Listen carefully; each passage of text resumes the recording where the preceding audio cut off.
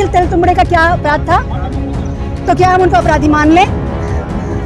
Father Stan स्वामी का कोई अपराध नहीं था। एक स्ट्रॉ तो इस देश की अदालत दे नहीं सकी, डूब मरना चाहिए। और क्या मैं बोल रही हूँ सारी अदालतों और सारी जजों को कि 20 रुपए का स्ट्रॉ नहीं दिला पाए उस बूढ़े आदमी को और मार दिया आपने जेल में। इस देश की जो बहुजन मूल निवासी है उसको एक होना पड़ेगा, क्योंकि बाहरी मुट्ठी भर लोग इस देश पर कब्जा कर रहे हैं, जुल्म कर रहे हैं। मोहन भागवत मूल निवासी चलिए क्या करना, ये यहूदी डीएनए है भाई। आरएसएस फर्जी ऑर्गेनाइजेशन है, टीवी उठा के देख लीजिए बस।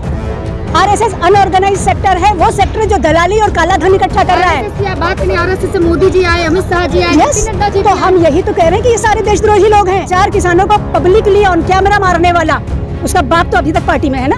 लेकिन बेटे को तो सजा हो। ये बेटे को क्यों हुई? बाप जिस तरह की भाषा बोल रहा है, जिस तरह के उसके भाषण आए हैं कि उसके बेटे के खिलाफ अगर कोई गवाही देगा, जो धमकाने वाला मामला आया है, वो सब क्या है? लेकिन आधुनिकरण किया जा रहा है। सवाल ही नहीं, हमें नहीं चाहिए तुम्हारा आधुनिकरण। तुम्हारा आधुनिकरण मालूम है, तुमने स्कूलों को हिंदूकरण कर दिया, बिल्कुल नहीं। तुम्हारा आधुनिकरण हमको मालूम है। आधुनिक का मतलब तुम्हारा इस देश में एक राज्य की बात कर रही है, सवाल ही नहीं। क्यों डरूंगी मैं? मदरसे, सॉरी सुनो, अगर मेरी बात कर रहे हो तो मैं मदरसा ब्रांड हूँ बस। और मैं वो इसलिए आप मुझसे खुद बुलाए हो कि आके बात कर रहे हैं। मैं मदरसा ब्रांड हूँ। बौखला जाते हैं मदरसों के नाम। देखो बौखलाना, देखो वो बौखलाते नहीं है, एक इंसल्ट फील करते हैं भाई। आप जलील करते हैं एक पूरी कौम को, इस देश की अपमानित करते हैं। अपमानित की भाषा समझते हैं आप? बिल्कुल। तो फिर तो आप अपमानित करते हैं। यस, तरीका गलत है, तरीका बदलना चाहिए। आप तमीज से बात करिए ना। अब आप खुद देख लीजिए कि पत्रकार कैसे बात करता है सिविलियन से। जैसे अपराधी, अब एक पत्रकार किसी का इंटरव्यू ले रहे थे, चढ़े बैठे थे उनपे। अरे बात करने की तमीज सीख लो भाई, कि जो माइक के उस पार है वो नागरिक है इस देश का। आपको उसकी बात, उसका काम सवाल नहीं, आपने जो सवाल पूछा है उसका वो जवाब दे रहा है। आप तो पेशेंस में रहे, तो सरकार भी गुंडा बन गई है, पत्रकार भी गुंडे हो गए। जाहिर बिल्कुल, माफी चाहूंगी। आप जब आप अपने देश के नेचर को जानेंगे, पहली बात तो देखिए ये सुधार अंदर से आएगा, ये पढ़ा के नहीं आएगा। पहली बात ये, क्योंकि मैं ऑलरेडी काउंसलर हूँ और ट्रेनर हूँ, तो मैं ये बात भी बता दूं। क्या होता है ना, ये चीज हमारे अंदर से निकलेगी कि मुझे सामने वाले को इज्जत देना है। किस बात का डर? किस बात नहीं, किस बात का डर? डर बताइए ना। डर यानी मोदी जी को जाहिल बोल दिया। जाहिल बोल दिया। हाँ नहीं, देखिए क्या होता है ना, अगर मैं गलत हूँ तो मैं डरूंगी, और मैं गलत नहीं हूँ तो नहीं। तो ये जो बात है ना, देखिए ये वो है कल्चर चल रहा ना, देख नहीं है ना, छोटी-छोटी बातों पे एफआईआर कर दी। होने दीजिए ना, तो क्या दिक्कत है? देखिए नहीं, देखिए ये अच्छी बात है। जो लोग ये दिखाएगा इस बात को कि कौन लोग वाकई देश के लिए हैं और कौन लोग जूतियां चाटने के लिए हैं, वो चाहे किसी भी कम्युनिटी के। अनिल तेलतुंबड़े का क्या अपराध था? तो क्या हम उनको अपराधी मान लें? फादर स्टैन स्वामी का कोई अपराध नहीं था। एक स्ट्रॉ तो इस देश की अदालत दे नहीं सकी, डूब मरना चाहिए। और क्या मैं बोल रही हूँ सारी अदालतों और सारी जजों को कि 20 रुपए का स्ट्रॉ नहीं दिला पाए उस बूढ़े आदमी को और मार दिया आपने जेल में उसको। जीएन साईं बाबा लगभग तिल के मर रहे हैं रोज। ये सरकार जी नहीं, ये तो नौजवान बच्चे ठीक है, वो बीमार हो रहे हैं, लेकिन मैं तो उन लोगों की बात कर रही हूँ। इनको भाई देखिए, एक कम्युनिटी को आपने आतंकवादी तो बना दिया। अभी एक नया शोषा आपने छोड़ा है, आज से 25 साल पहले जो छोड़ा था ना, तो मैं मध्य प्रदेश में पढ़ रही थी। तो एक दूसरा शोषा छोड़ा कि अब लोग यूनाइट हो जाएंगे, अब लोग समझ गए। लेकिन मोहन भागवत भी तो मस्जिदों में जा रहे हैं। भैया इमारत में जाने से कुछ नहीं होता, वो खड़ी मस्जिद में इमारत में जाएंगे, आके यहाँ शौचालय में चले जाएं, हमें कोई मतलब नहीं, हम क्या करें उसका। जी, आप मुस्लिम समाज से हैं और दलित समाज में आप प्रोग्राम में हैं, क्या संदेश देना चाहती हैं? इस देश की जो बहुजन मूल निवासी है उसको एक होना पड़ेगा, क्योंकि बाहरी मुट्ठी भर लोग इस देश पर कब्जा कर रहे हैं, जुल्म कर रहे हैं। मोहन भागवत मूल निवासी चलिए क्या करना, ये यहूदी डीएनए है भाई, यहूदी है जी। आरएसएस जो है वो, जो इसलिए मैंने कहा कि थोड़ा बहुत हमको पढ़ना पड़ेगा इस देश को, इस देश में जो सत्ताधारी हैं और सत्ताधारी को कंट्रोल करने वाले लोगों को और उनके मूल को। जब हम ये पढ़ेंगे तो हम जानेंगे कि हम भारत के लोग हैं।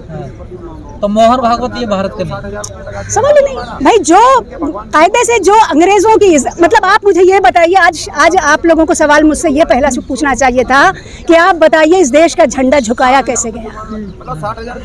राष्ट्र स्वाभिमान की बात करते हैं ना ये लोग, देशभक्ति की बात करते हैं। गुलाम प्रजाति है वो, इसका सबूत है। अभी इन्होंने वो रानी के मरने पर झंडा झुकाया था। ये कूटनीति नहीं है, देश के जमीर के साथ कोई नीति नहीं हो सकती बॉस, सिर्फ देश नीति होगी। इतनी बड़ी बात कह रही है कि वो इस देश के नहीं है, वरना वो झंडा झुकाने नहीं देते। अच्छा, सीधी सी बात है। लेकिन संबित पात्रा और जो नहीं चाहे, देखिए मैं छोटे मोटे लोगों पे तो बात नहीं करती। पहली बात, मुझे इस पे भी बात नहीं करूंगी कि वो इस लायक नहीं है। मोहन भागवत और आप कह रहे हैं आरएसएस फर्जी ऑर्गेनाइजेशन है, टीवी उठा के देख लीजिए बस। आरएसएस अनऑर्गेनाइज सेक्टर है, वो सेक्टर जो दलाली और काला धन इकट्ठा कर रहा है। आरएसएस की आप बात करें, आरएसएस से मोदी जी आए, अमित शाह जी आए, यस, नड्डा जी तो भी हम यही तो कह रहे हैं कि ये सारे देशद्रोही लोग हैं। इस देश की जनता को अब आप पूरी सरकार पे सवाल खड़ा कर रही हैं। सवाल नहीं खड़ा कर रही हूँ, मैं सच बोल रही हूँ। ये देशद्रोही है सारे के सारे। मैं उस संगठन को कह रही हूँ जो संगठन खड़ा है फिलहाल खुद को राष्ट्रवादी कह रहा है, वो हर साल विजयादशमी के दिन जो शस्त्र पूजा करता है, वो शस्त्र आए कहाँ से? क्या उनका लाइसेंस है? इनके पास इतना पैसा कहाँ से आ रहा है जो इन्होंने अपने वेबसाइट में डाला हुआ था कि हमने इतने करोड़ लोगों को खाना खिलाया है। उनका टोटल करोड़ नहीं, सुनिए नहीं, असली पे बात आने दीजिए ना, 20 मिनट रोकिए। बताएं। तो अगर आप संगठन है तो इतना पैसा आपके पास आया कहाँ से? आप देश को बताएंगे नहीं? आप दान भी तो करते नहीं, हैं। दान करते हैं, नहीं, तो दान कर रहे हैं तो वो दान जो है व्हाइट में होना चाहिए ना। आपका रजिस्ट्रेशन कहाँ है? आप पैसा भरते हैं? आपने सरकार को बताया? आपका रजिस्ट्रेशन है 71 और 77 में, लगातार देख रहे हैं। मुस्लिम मौलाना वो तो बोल रहे हैं कि ये देश के राष्ट्रपिता वो एक आदमी है और एक आदमी तो मुसलमान नहीं, इमाम नहीं है वो, बेसिकली वीर इमामकर हो गया है, वो सावरकर का दलाल है। अपने आप को ईमान बता रहे हैं आखिरी में। हाँ, वो बता रहे तो बताने दो, मैं भी कह सकती हूँ कि मैं तो बिल्कुल कुछ और हूँ। तो मेरे देश ने आज़ादी दी है ना, तो कोई मसला नहीं है। उससे बड़े जो मुस्लिम स्कॉलर है वो मिलता है नहीं, वो जो मिलने गए थे उनकी अपनी हिस्ट्री देख लो। वो तो शुरू से जो 2014 से जूतियां चाट रहे हैं, मैं उनके नाम नहीं लेना चाहूंगी। और इन्होंने खुद ही लेटर लिखा था, इन्होंने खुद ही बुलाया था, और ये तो इनके बाप की बरसी में पहुंचा था और अभी पहुंचा था। और उसके साथ और भी 2 लोग थे, उनके नाम चूंकि आप लोगों ने डिस्क्लोज नहीं किया। इंद्रेश कुमार भी था। इंद्रेश कुमार तो आतंकवादी है, अजमेर ब्लास्ट में है वो, आपने क्लीन चिट दे दिया है। हृदय परिवर्तन हो गया था ना, ये कोई नहीं, वो जेल में रह गया कब? उसको गिरफ्तार करके नहीं, सुनिए, देखिए, हृदय परिवर्तन इनका हृदय परिवर्तन, आप क्या बात करें? मैंने यही कहा ना कि इन लोगों को इस देश से कोई दर्द नहीं, देश के नागरिकों से कोई दर्द नहीं। आप एक मुसलमान एक की बात करते हैं ना, डीएनए एक है। अच्छा, नहीं, वो डीएनए एक है कि तो बात करते हैं, तो कभी मुसलमान होके भी तो देख लें। तभी तो आ रहे हैं ना। कहाँ नहीं, मस्जिदों का हम क्या करें? हम तो मस्जिदों में नहीं जाते हैं, तो हमें मस्जिद नहीं चाहिए, हमें तो चाहिए क्या चाहती हैं? नहीं, हम ये चाहते हैं कि जो लिंच में मारे जा रहे हैं लोग, जिनको सिर्फ गाय के नाम पे, जिस गाय अपनी माँ को तुम बेचकर पैसा कमा रहे हो इस देश में, मतलब पहले निर्यात में आप 14 के बाद में बढ़ गए हो, नंबर 1 पे आ गए हो, उसी गाय के नाम पे एक मुसलमान को मार रहे हो, तो वहाँ रोके ना भागवत। वहाँ पे लोगों को बोले, जो लोग ये कह रहे हैं कि ये वो मतलब जो अलग अलग तरह की गंदी बातें कर रहे हैं, जो इन्हीं की कम्युनिटी के लोग, मैं उनका नाम भी नहीं लेना चाहती, उनके चैनल्स, उसको रोक दे के स्टेटमेंट पे, तब तो जानेंगे बड़ा ईमानदार आदमी है, मतलब देशद्रोही है ये। अब जो सुप्रीम कोर्ट का जो आया है फैसला, उसमें जो चैनलों पे डिबेट होती है रात के 7 बजे से लेकर 10 बजे तक, इसमें एक मौलाना पंडित होता है, तो उस पे आप कहा है कि सरकार इस पे अपना कुछ रूल्स बनाए, कानून बनाए। अदालत क्या कर रही है? अदालत इतनी बेचारी कब से हो गई भारत की, जो ये कहे कि सरकार करे? अदालत उन पर सजा नहीं कर सकती, सो मोटो नहीं कर सकती?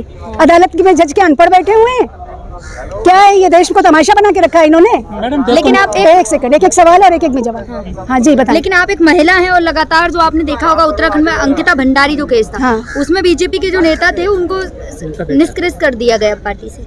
उससे क्या होगा? उससे क्या होगा? क्या होगा? अरे आप आरोप क्या है? नहीं, आरोप क्या है?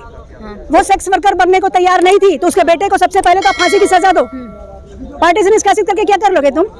पागल बनाना चाहते हो? नहीं, काय की कार्रवाई होगी? सीधे उठाओ और डालो। तुम घरों से उठा रहे हो ना मुसलमान बच्चों को, पिछले 25 सालों से यही तो कर रहे हो, तो उठाओ ना उसके बीजेपी के आदमी को। आखिर जनता वहाँ सड़क पे आई, मैं उसका समर्थन नहीं करती हूँ, लेकिन जब सरकारें और अदालत बिक जाएंगी तो जनता जो है हाथ में लेगी कानून को, और ये जो विदेशी लोग बैठे हैं इस देश की सत्ता पर, लेकिन ये चाहते हैं इस देश में ऐसा हो कि जनता अराजक हो। लेकिन लगातार महिलाओं पे ऐसे अत्याचार होते हैं और कहते हैं कि बीजेपी में जितने हैं सब संत हैं। तो संतों का देख लो, सारे बलात्कारी हैं, देख लो आप खुद ही हिस्ट्री उठा के गूगल कर लेना, अभी जाके ऑफिस में और कर लेना, सारे बलात्कारी हैं, चोर हैं, काला धन करने वाले। तो अगर ये संत है तो फिर संत आरोप लगा रही हैं। मैं आरोप नहीं लगा रही हूँ, जो गूगल में पढ़ा हुआ है वही बता रही हूँ। मुझे बताइए इनके साधु संत तो मिली है ना? नहीं तो क्लीन चिट कैसे अभी कैसे मिल गई? क्लीन चिट कैसे मिली है भाई? मैं बैठी हूँ यहाँ, मेरे पास ताकत है, अभी आपके पास माइक है, आप मेरी बात को किसी भी तरह तोड़ मरोड़ के किस्सा दिखा दीजिए, तो आपके हाथ में है। तो क्लीन चिट का मतलब हमको मालूम है, वरना 4 किसानों को पब्लिकली ऑन कैमरा मारने वाला उसका बाप तो अभी तक पार्टी में है ना।